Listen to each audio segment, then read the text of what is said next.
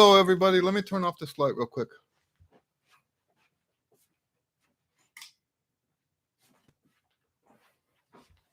All right.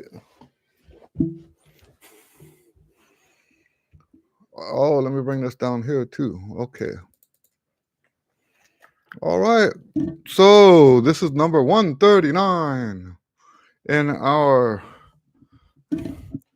Q and A series. We can call it a series. 139.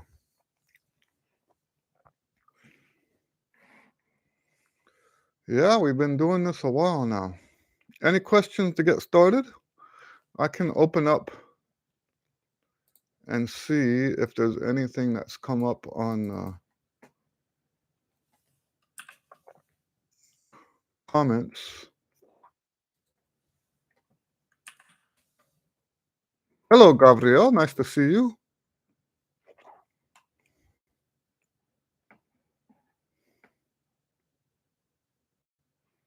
So yeah, I'm not seeing any specific comments with questions. All right, so I did go to a jam session yesterday. That's my first jam session since before COVID. And that was nice. For that jam session, I have to drive like an hour and a half to get there. I'm exaggerating just a tiny bit, but yes, it's a long trip to get there. But I like that jam session because it's not so loud. I have a real problem with, and I mean seriously, a problem with playing jazz in the loud rooms because I can't hear the notes. And what's the point? You know what I mean? If you can't hear the notes, it's so yeah, this jam session that I like to go to up north, it's not loud like that. I don't understand how people can even call it jazz if it's that loud. Really, I don't get it. All right. So Gabriel says, Eddie, can you please explain better the moving do reading you talked about last time? Oh, movable do. Right. So this is the kind of thing that I wish I could share screen. So movable do. Let's do Mary Had a Little Lamb. Now, if I do Mary Had a Little Lamb in B flat concert, mi re do re mi re re re mi so mi re do re mi re mi re do. That's B flat concert. If I do it now in E flat concert, it's still gonna be mi re do re mi re re mi do mi so mi re do re mi re mi re do. Same thing if we go to any key, it doesn't matter what key you're in. G flat concert. Mi re do re mi re re mi so mi re do re mi re mi re do. Okay, so movable do is when do is always the tonic of the key you're in. Movable do is always, so for example, when you're doing the tonalization studies, do mi re fa mi so fa lo, do as I say, not as I do. Do mi re fa mi so fa la so ti la do ti re do. Right? It's always going to be do mi, no matter what key you're in. It's always going to be do mi. Fixed do is when C is always do. So how would I, if I'm in, let's say, we're doing Mary Had a Little Lamb in F, right? Instead of mi re do re mi, it's gonna be La, so, fa, so, la, so, la, do, la, so, fa, so, la, so, fa, la, so, fa. That's fixed do. Because do in that system is always C. That's the difference. So fixed do, the notes are always the same name. In movable do, which is the one I learned, and because that's the one I learned, that's the one I've always stuck to. And I do actually believe there are some benefits to movable do because it forces you to know what key you're in. It forces you to visualize what are the scale degrees, right? So mi re do is always mi re do no matter what key you're in. So yeah, but you know what? All the guys that I know that were masterful solfeggio musicians, they all do fixed do, where C is always do, D is always re, Ra is always D flat, Re is always D sharp, Mi is always E, Me is always E flat, Fa is always F, Fi is always F sharp, Say is G flat, C is always, now this is where it gets a little weird, right? Because some of you don't say T for the seventh note, the seventh scale degree. Some of you say C instead of T. And some of you don't do the chromatics. So if it's F sharp, you still say Fa. Okay? But what I was taught was the chromatics, so Fi is F sharp. Uh Say, so, and Si, lay, la, and li, um, te, and ti. Okay. I have no clue. Gabriel says, where does the do re mi come from? Let's do a quick Google search.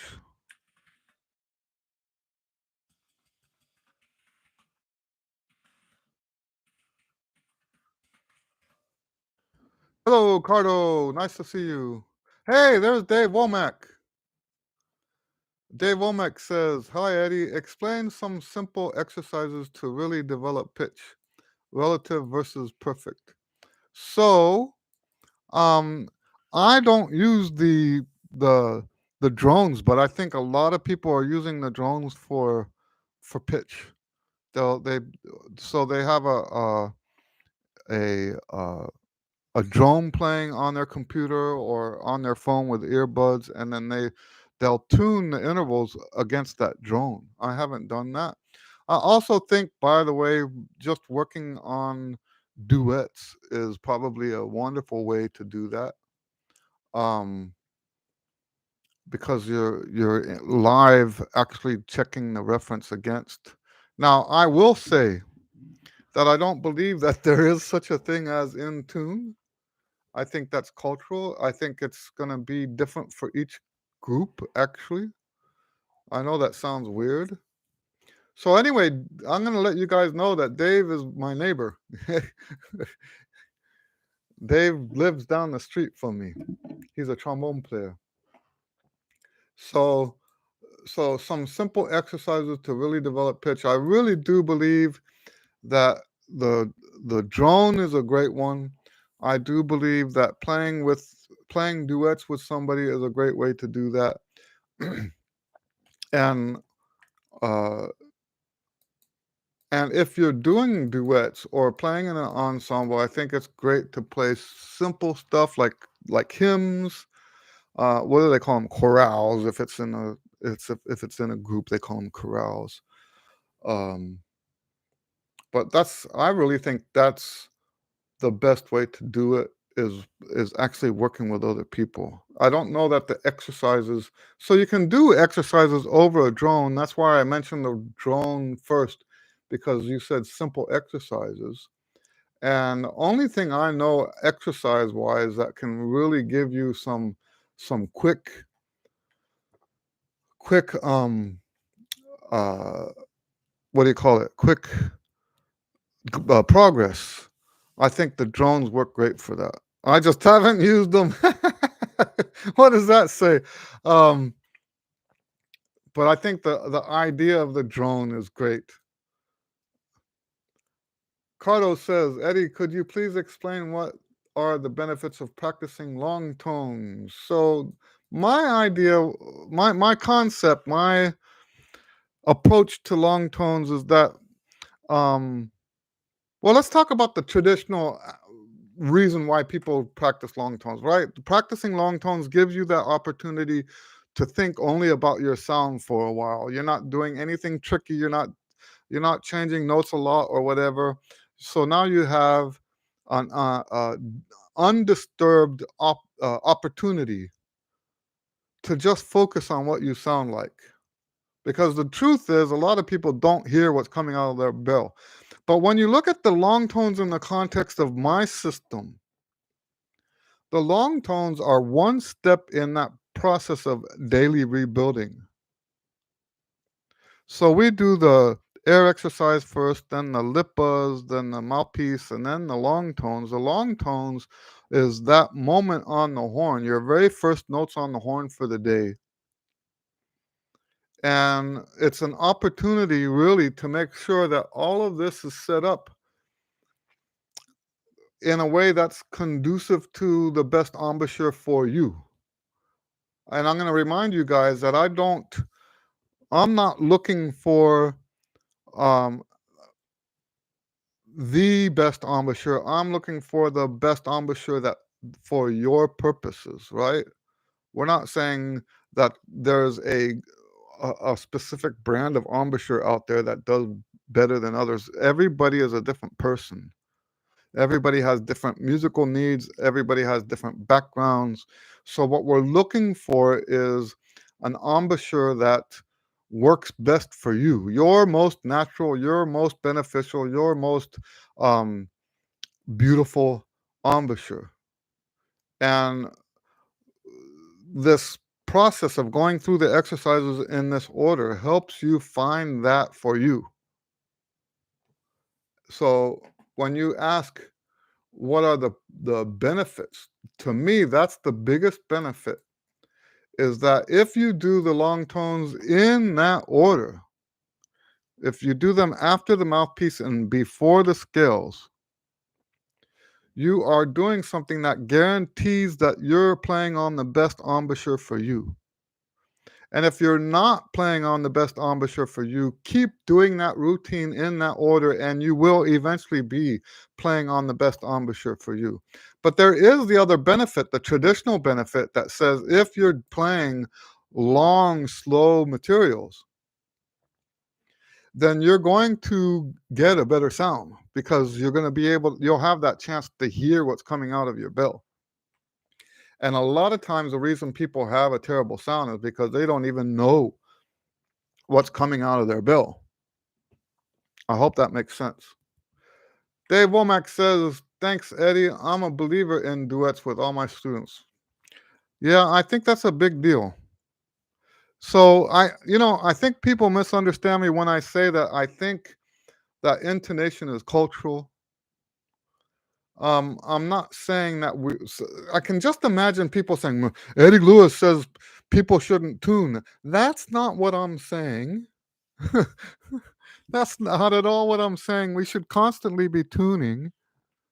What I'm saying is how we tune in one context is different from how we tune in another context. And in that regard, it is social, it's cultural. What sounds good in one context is not what sounds good in another context, and we have to be able to to adopt and adapt to those situations. This reminds me of that famous I won't say the guy's name, and I don't even know if the story is true, but it's funny. So this famous trombone player goes to moves to California. He gets a trombone a gig in one of the recording sessions, and they keep telling him he's out of tune, he's out of tune, he's out of tune. And finally, the guy, the the producer or whoever that hired him, pulls him aside. Hey man, I need you to play in tune. He says he's not in. He's not out of tune. It's the rest of these guys that are out of tune. Oh no, that's not how that works. If everybody else is out of tune and you're the only one in tune, then you're the one that's out of tune. That's and that anecdote sort of supports my what I'm saying about intonation. There's no such thing as playing out of tune. There's no such playing as such thing as playing in tune if you're not with everybody else. So, and that's what I mean by cultural, right? So maybe he was in tune if he had been playing with the same guys he was working with before he moved out to LA. Maybe that would have been considered in tune out wherever he was coming from. But in LA, maybe they tune differently. So, yeah, I do think it's contextual. And for that reason, I think it's always better to work on intonation with other players because in that context, intonation is not a science. Intonation in that context becomes a moving target, right? It's a seriously complex moving target, and you can play exactly this way here and be in tune, and then in another context, exactly like that is not in tune. And that's what I mean when I say it's cultural. I'm not saying, hey, people shouldn't tune. I'm saying tuning up, playing in tune has more to do with who you're playing with and what the context of that ensemble is in. So yes, to me, it's and I'm in the process of writing an article about this because I've not ever heard. Whenever I have these strong beliefs, and it's something that I've never heard anybody talk about before. That's when I make an article. That's when I write an article and make a video and stuff like that because you know it's my way of contributing to the music community what I can contribute. And this thing with pitch, the reason I feel this way, the reason I um have had the opportunity to discover this, what I think is a truism, is because of all the different kinds of groups that I've worked with. When you look at my career and I mean all the salsa bands, the funk groups, the top 40 bands, um, cumbia bands, all these different ensembles that I've worked with stylistically, you know, the way we play in terms of intonation is not the same in all of that. It's not. And then when you throw into that mix of experiences, the reading that I've done, if you read about Ornette Coleman, one of the first things that separated him from other jazz players was his sense of intonation. He actually used, I, uh, I might be getting this wrong, but the way he said it, he used intonation expressively. Now, he did get his butt kicked for it. Um, but I think that was more about the way he went about it, right? But if you believe the biography about him, then he was on a gig and they asked him, "Why are you playing like that?" And he says something about he was doing it on purpose, and they took him out back and beat the crap out of him for playing out of tune on purpose.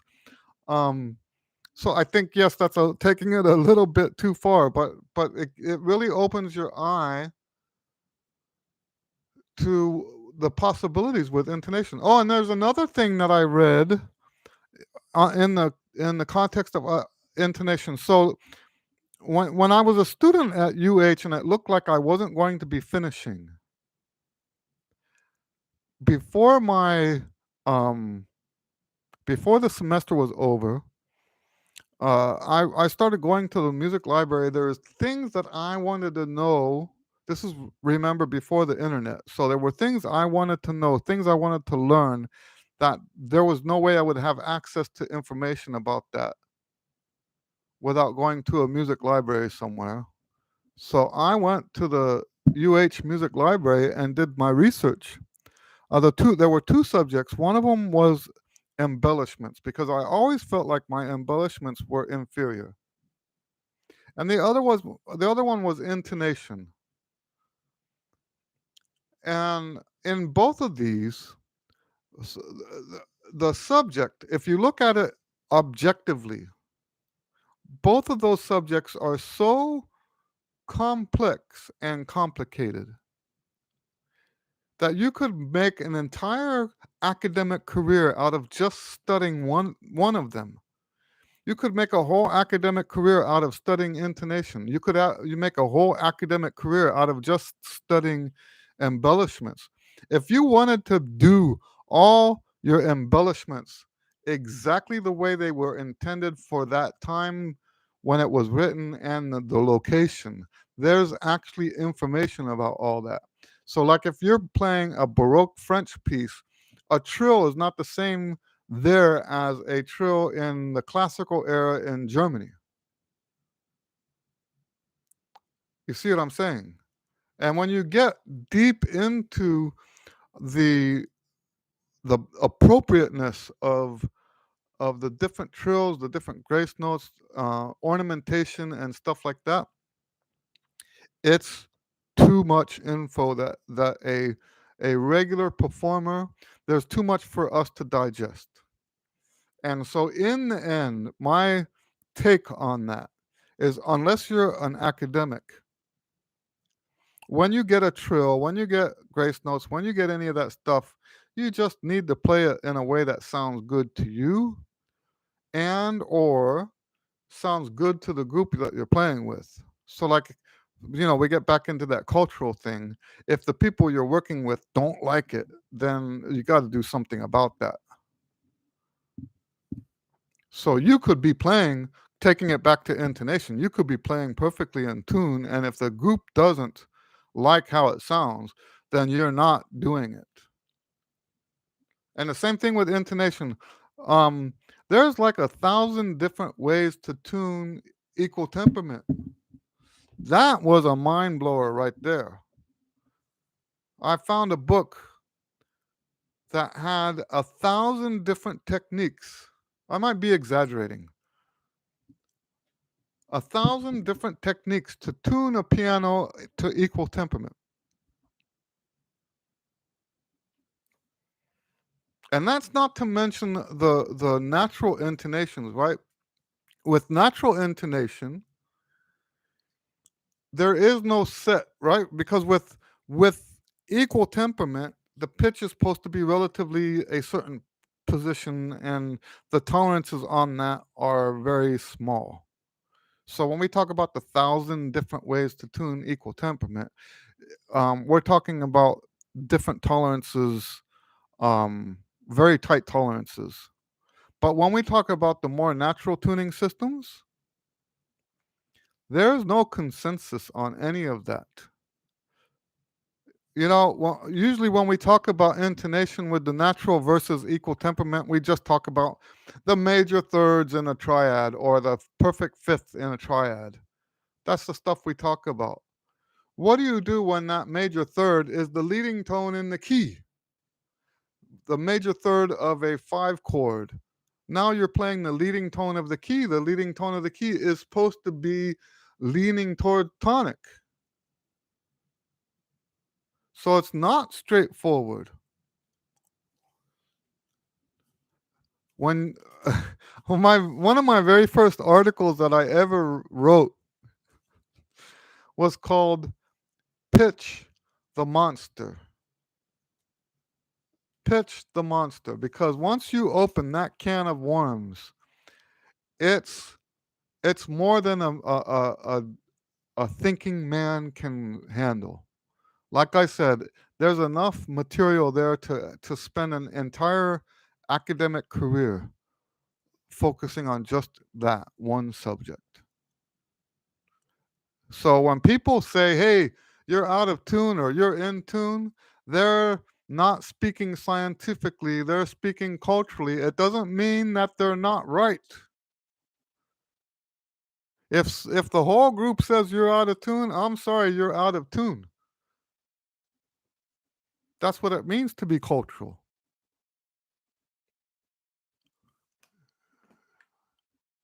Cardo says, "Eddie, what about that exercise by Herbert L. Clark to develop single tonguing by playing the semitone for about 1 minute?" Hey, I've never heard of that. You mean just going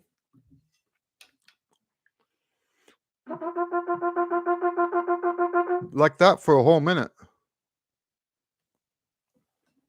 I've never heard of this.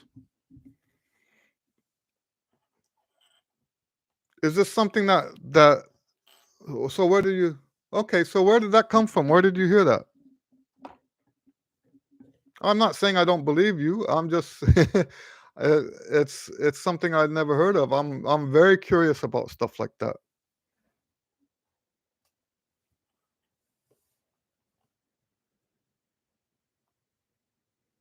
It sounds to me like it would be a exercise that fits. I would not do that as a daily rudiment. Let's say that, okay? I don't think that's such a good idea as a daily rudiment unless that's something that you have trouble with. I like my exercises better because you gradually go from slurring to tonguing over a period of 12 exercises ish, right? So that I like that better because it fosters better air support. Oh, it's in the book 14 characteristic etudes. 14 character 14. When was it 14? The book I have is way more than 14. Let me look real quick. I'll be right back.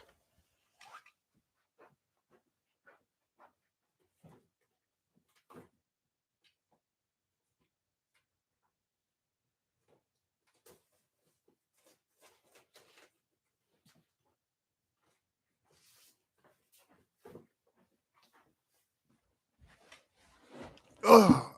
So this is my copy.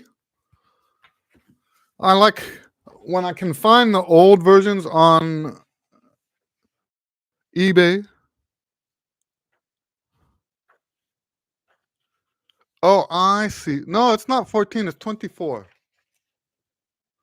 And that makes sense because there's one major, one minor for every key signature. So let me look at the beginning and see this. Oh, you're right.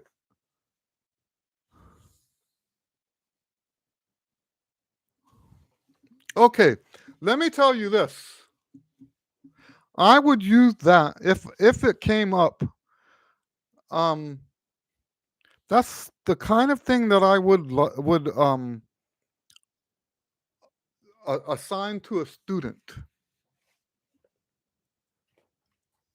if they were just having trouble, uh, just physical trouble, just tonguing correctly. I would definitely give that to a student. It would not be something I give as a daily rudiment.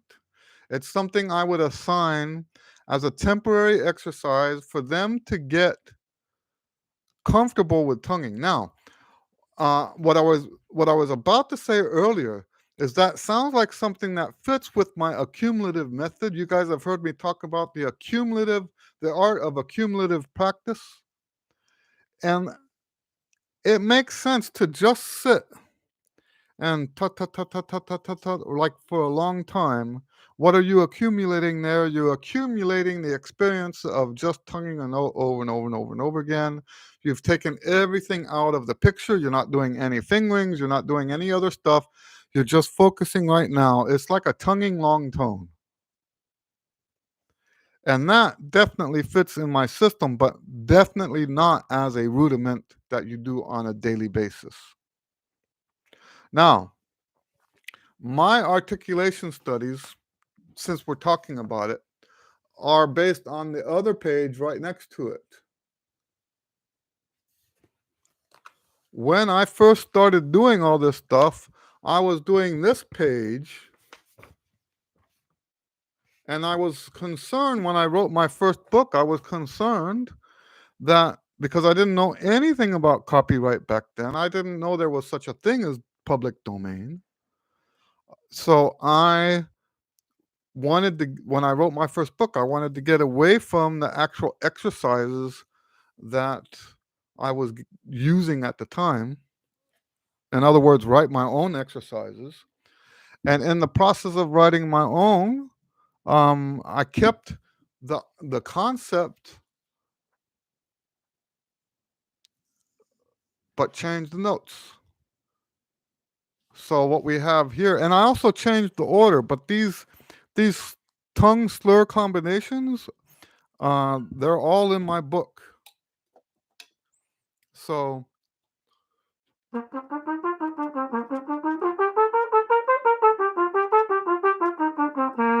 right? So I just changed all of that so that instead of doing that, I'm now going.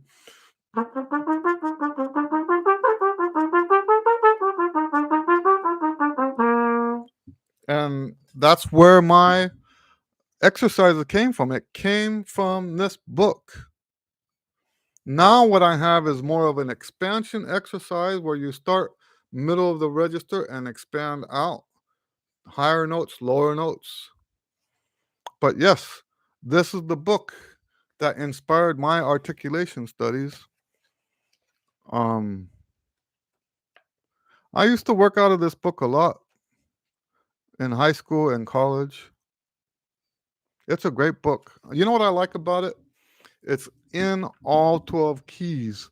There are not enough books that do that. If I ever write a genuine, I do have a couple of etude books, but I won't go into that. But if I ever write a real etude book like this, it will go through every key like that. So I guess the short answer is I like the exercises. I wouldn't do that exercise every day. I hope that makes sense. Any other questions?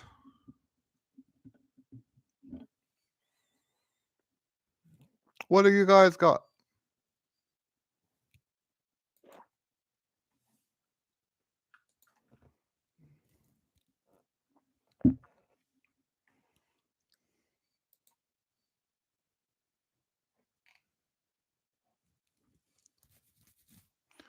All right. So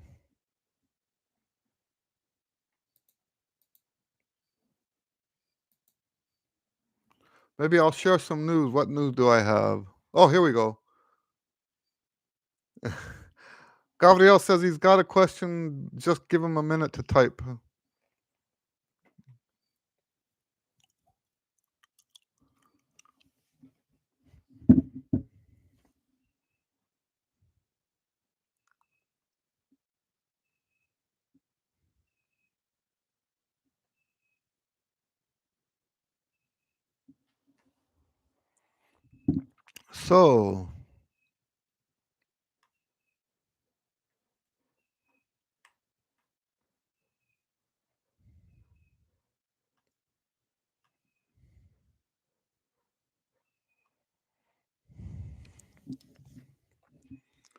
So like I was telling you guys, I had a jam session yesterday. It was my first jam session since COVID. And it was just real nice to go play with people again. You know?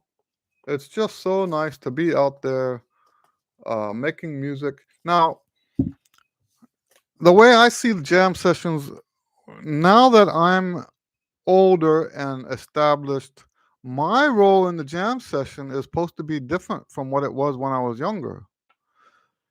The jam sessions are that cultural phenomenon where the advanced, or I shouldn't call them advanced, the established players rub elbows with the non-established players. And we had last night, we had three younger musicians jamming with the band, and you know,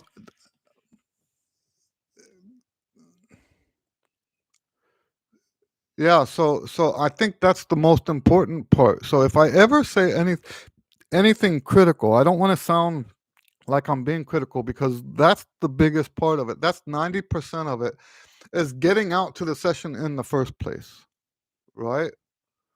But my role, and all of us older people in the jam session, our role is to pass the torch. Our role is to pass the torch, and we're not there to show off. We're not there to let everybody see how good we are. We're not there for anything like that. The whole role of the jam session is to take those younger kids under our arms, not, you know,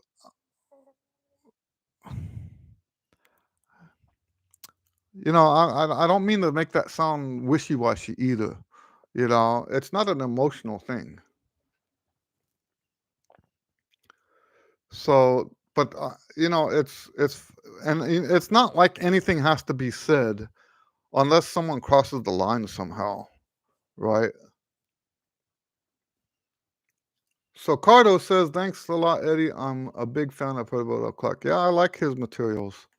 Gabriel says, "I play a German rotary, and it should be played with a larger mouthpiece, but I usually play it with a smaller one as I find it comfortable. It, it lose you lose some sound with it."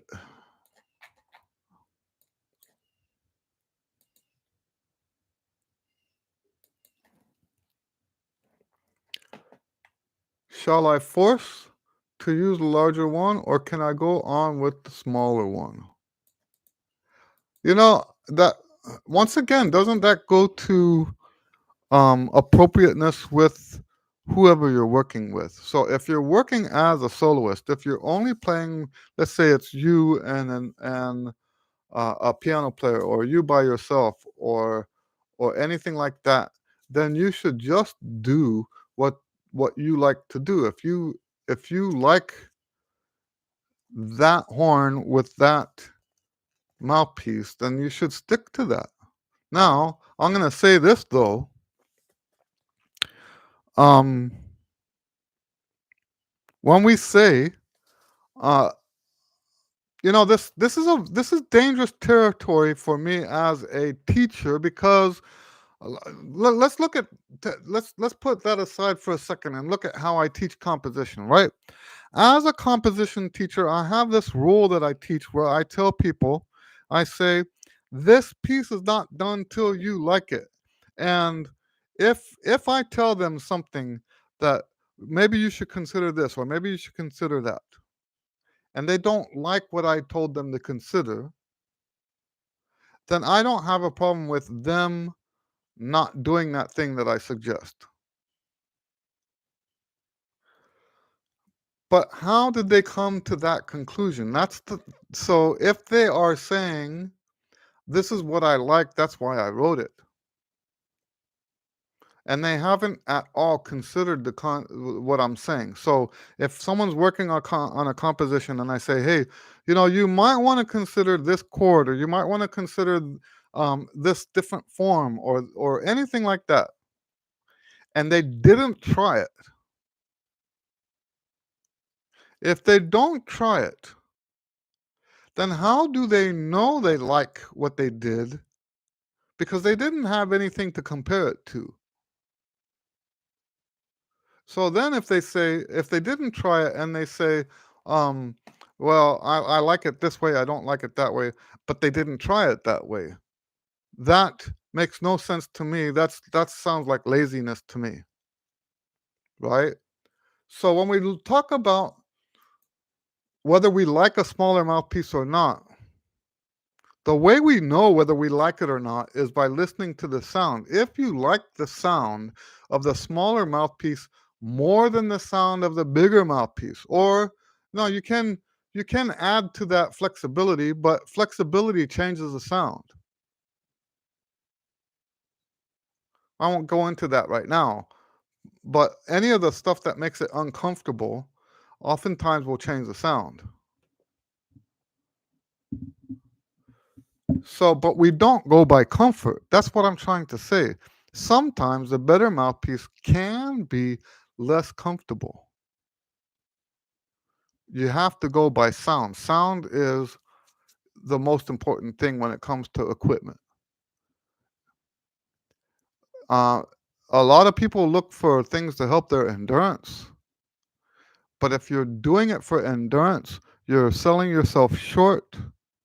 You can always build endurance. You can't always get a great sound. So if you find a instrument mouthpiece combination that gives you the sound that you want, but you get compromised endurance, then you should just work on your endurance. Don't compromise the sound to get better endurance. Don't compromise the sound to be able to play higher notes. That kind of stuff. I hope that makes sense. Now, applying that same concept now to playing in an ensemble.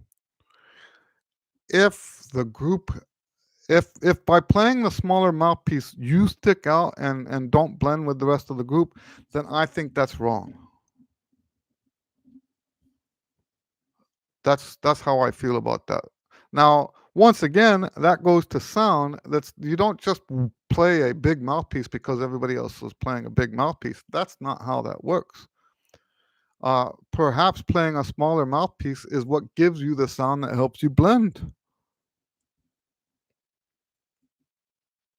I've been experimenting with recording on different instruments,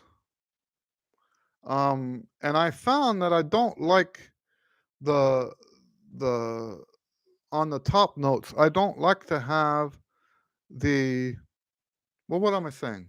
Let me say it the other way around. On the top notes, I like to have the more mellow sound. On the lower notes, I like to have a more focused, clear sound instead of the more fuzzy, mellow sound that I have on the top notes. I prefer that. Um, and so yes, it depends on what your role is in the ensemble. I hope that makes sense. I hope that's answering your question.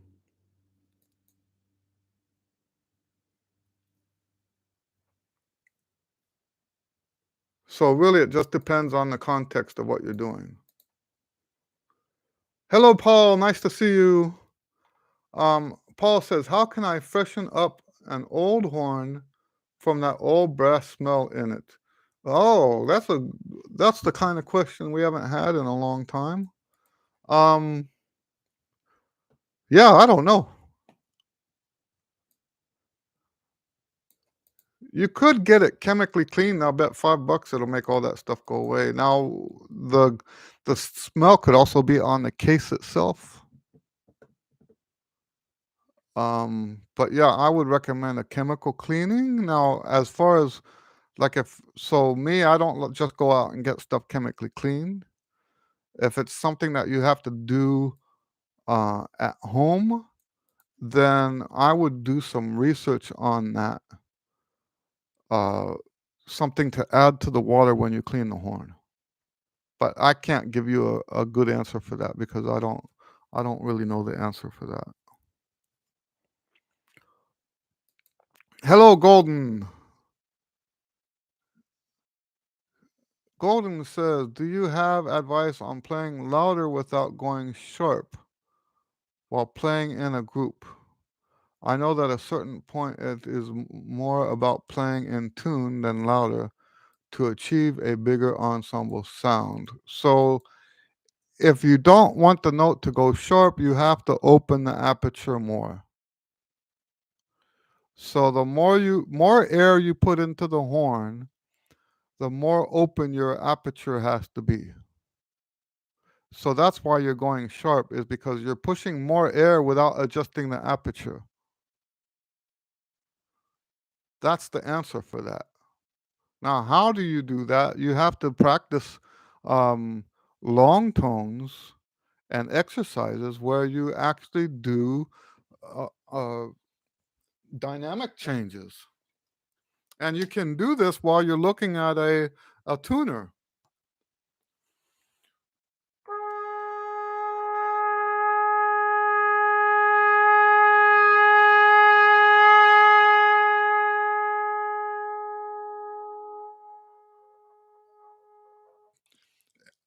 And you can do that like on a spider exercise where we do B flat first and then A, and then B natural, then A flat, then C, then G, then C sharp.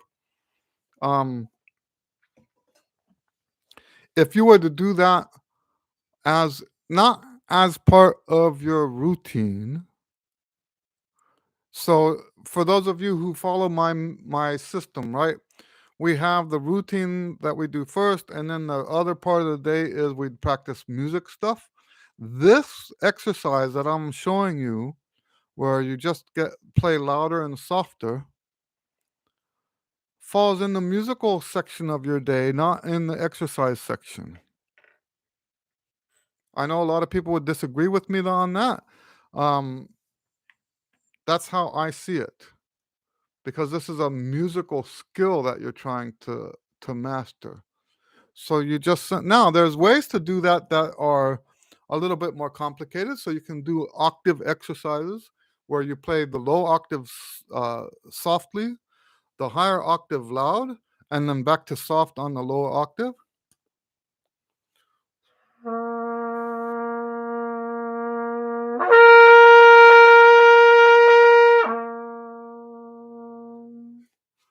Then you flip it, loud to soft to loud.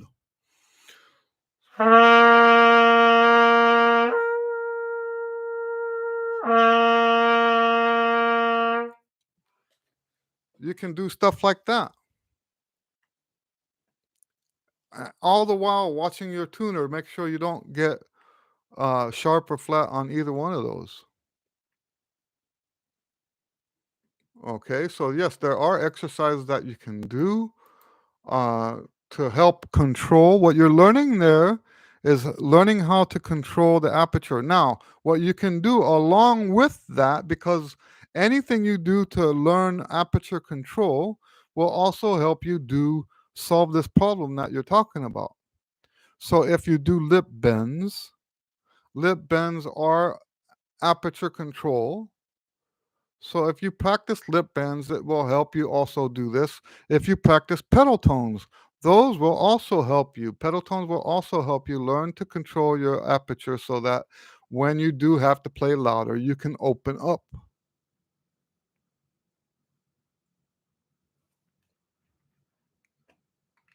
Okay? So yes, you can the more you do to practice the aperture control, the more control you'll have over playing loud and soft. Okay, Golden says, "Thank you for the advice. Never really thought much about the aperture." And sorry for the name.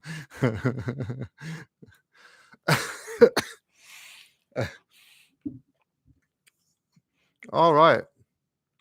So, yes, that's why in the routine, in all of my routines, except for the daily routines book, but in all the other books, the Chops Express books and the Trumpet Chops books, we have in that pedal tones and lip bends and that's for learning aperture control. That's now there are also other benefits to the pedal tones, and that's what we're taking advantage of that too in those books. So, all right, what other questions do you guys have? We can get two more in before we have to close down here. I'm gonna try to get some more recording done today. You guys are gonna like this piece when it comes out. I'm working on a piece right now that I originally wrote in the 90s, back when I used to teach at the performing arts school here in Houston. And it was a tune that I wrote in the classroom as a demonstration about how to write jazz tunes. At the end, anytime I do this, whenever I use a piece that I'm writing to show the students how to write music, uh, I always let them name the song. So the class decided that they wanted to call this song Alien Cyclops Pickles. So, and I never changed that title. And I, I pulled that tune out about a month ago, maybe 2 months ago, and started playing it again. And I thought, hey, this is a great tune. It would make a great trumpet quartet. So I'm making a trumpet quartet version. I've already finished writing it. Trumpet quartet version of Alien Cyclops Pickles. And I'm recording tracks now, and then I'll do some video later. And um, yes, I think you guys are gonna like it. It's probably the hardest jazz quartet that I've written so far. Uh, that should be coming out in 2 or 3 weeks. Gabriel says, "Are pedals useful for keeping the airflow constant?" Yeah, I would say that as long as you think about that while you're playing them. If you think about consistent air, then it's going to help because uh, there is a tendency to not use consistent air on the pedals because there's no the resistance is almost gone, right? So you have to control the air as it's going through. So yes, I would say the answer to that question is yes. Cardo says, "Do you believe pedal notes help with the higher register?" Um, you know, I one of my students sent me a video that I had already seen where um where a famous, I don't mention names, right? A famous trumpet player was asked this question: "Do pedal tones help you with the high register?" And he said no. And in a way, I agree with him because I think what what people because of the trumpet lore, right? People have begun to say if you learn how to play low notes, well, that's how you learn how to play high notes. And there is some truth to that. That's why I have my students, my beginners, always go down to low F sharp. Even from the very beginning, a lot of beginner methods won't go past low B flat or A.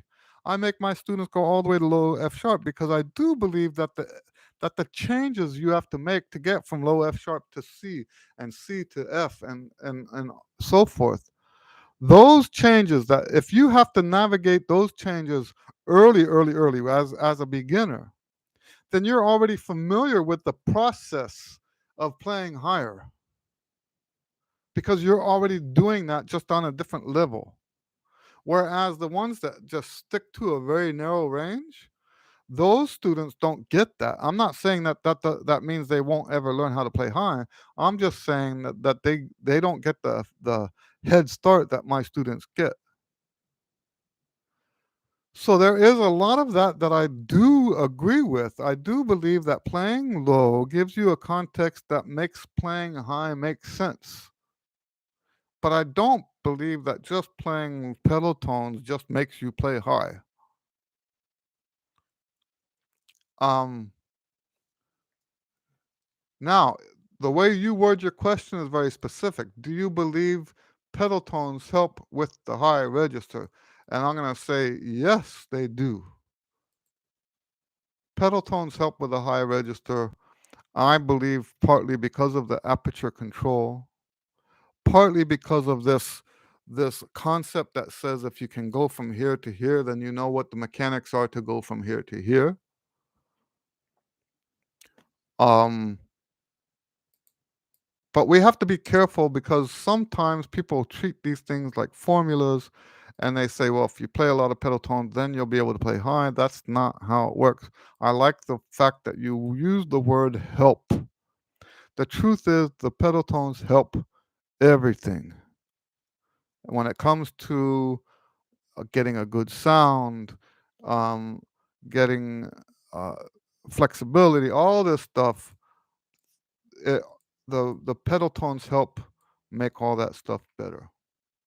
Gabriel says, "What is the lowest you can play?" It changes day to day. So at least the G below, like an octave below G, is at least that.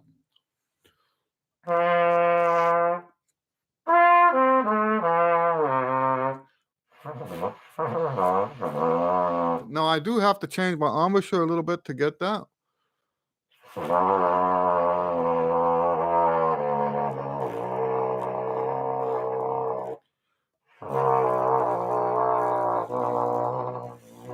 So now I don't do those notes very often because I don't see very much benefit to that. I think the best benefit that you get on the pedal tones is between low F sharp and the area around that pedal C. So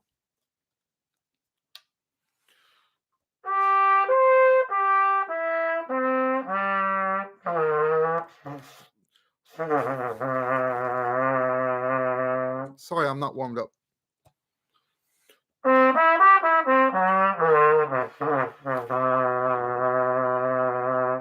Those notes are going to give you more benefit than playing the octave below that. I do think that those really, really, really low notes help you massage the lips, but that's not going to help you with aperture control. That's my belief. And while we're talking about pedal tones, I'm not one of those that believes that we have to perfect pedal tones. I don't think that there's going to be something wrong with my playing if my pedal tones aren't perfect. And I think that's one of the reasons I don't invest so much time in that. I think there's benefit to doing them. I don't think it's necessary to be a masterful pedal tone player. I don't think that's I don't think that's necessary. So Gabriel says they are a bit tricky to play. You know, don't rule out the possibility that your horn or your mouthpiece have something to do with it. You know, um, if I'm playing on a different horn or a different mouthpiece or a different horn mouthpiece combination, those notes become easier or more difficult. I prefer, talking about what we were talking about just a second ago, I actually prefer to play on the equipment that makes it more difficult because then I'm getting a workout. So, like for example, that D wasn't coming out. Um, I'd rather play on equipment. So the infamous one, right, is the low C.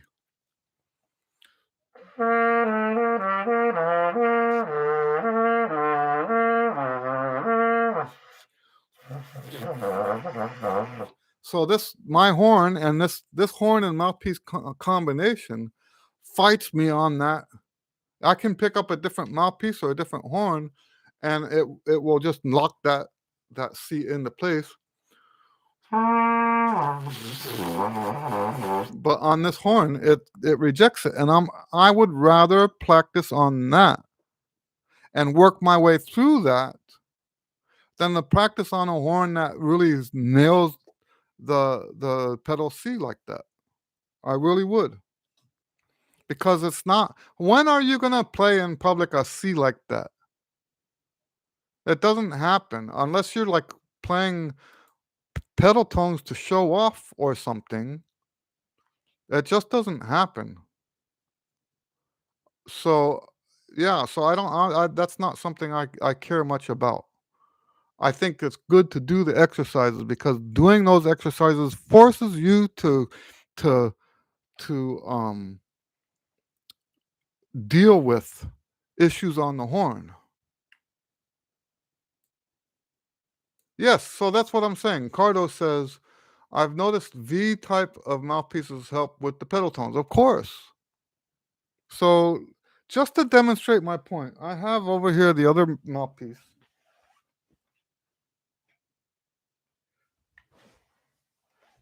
This is my deep V cup mouthpiece. Now it might make me a fool and the pedal tone might not come out, but let's see where this takes us.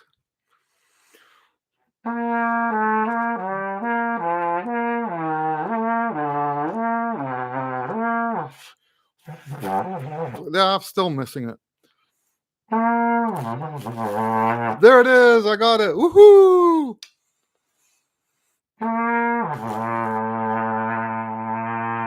Now on this mouthpiece, it wasn't coming out at all.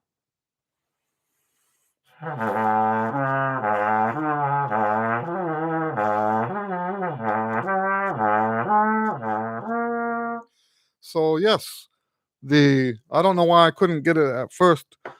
But you see that now that low C is popping out. So if we know that the equipment makes the difference, why does it bother us when we can't get that C? It shouldn't bother us. It should not bother us. I know some people who take this the getting that pedal C, they take it so very, very seriously. And it's nothing. It's a distraction is what it is. I don't believe that being able to nail that C has any benefit over and above having other equipment that won't nail the C. I think it's better to play on the equipment that doesn't nail it and try to make it nail it. I think that's better. Maybe I'm just a weirdo, right? Maybe I'm just a weirdo. Gabriel says, when in the quartet, the trombonist got the flu. Right.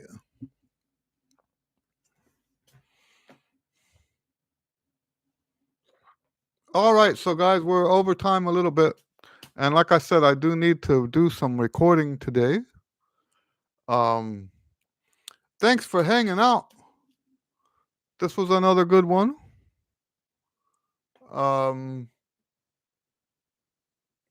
Just a reminder that we do have a WhatsApp number that you can join, a WhatsApp group, and the number for that is in the description here. And so if you want to know when we're going to have these and when we're not going to have them, get on the WhatsApp list and I will let everybody know. Okay. All right. So wonderful. Thanks for hanging out. And we will see you guys next time, probably next week. This is that time of the year when things are kind of slow. So we will probably have one next week. Okay. Other than that, God bless you guys. Cardo says thanks a lot. Gabriel says thank you and have a great weekend. So we'll see you guys next time. Have a great weekend. God bless you and have a good day. Bye.